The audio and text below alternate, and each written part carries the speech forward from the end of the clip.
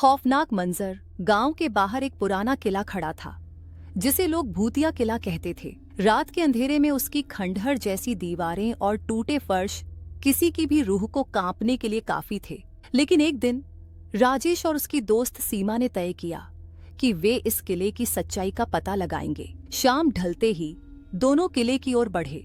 रास्ते में कुछ अजीब आवाजें आ रही थीं, जैसे कोई चीख रहा हो, लेकिन उन्होंने इसे नजरअंदाज कर दिया और किले में दाखिल हो गए। किले के भीतर सब कुछ खामोश था। दीवारों पर मोटी परतें धूल की जमी हुई थीं। राजेश ने एक पुरानी सी मोमबत्ती जलाई और दोनों आगे बढ़ने लगे।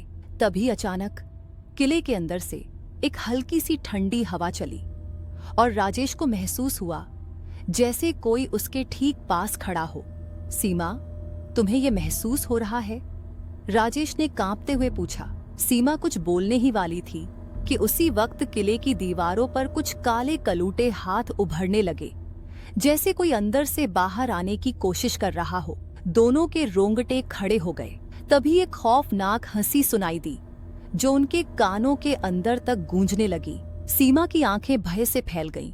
हमें यहाँ से भागना होगा राजेश, वह चीखते हुए बोली। लेकिन राजेश जैसे बेजान हो चुका था।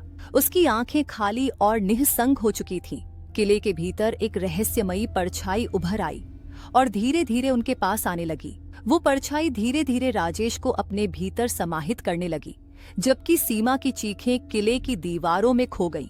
किले में अब भी वही खौफनाक हंसी गूंज रही थी और उस रात के बाद गांव वालों ने कभी सीमा और राजेश का नाम तक नहीं सुना। कहा जाता है कि उस किले में एक अनदेखी आत्मा बसी हुई है जो हर रात नए शिकार की तलाश करती है।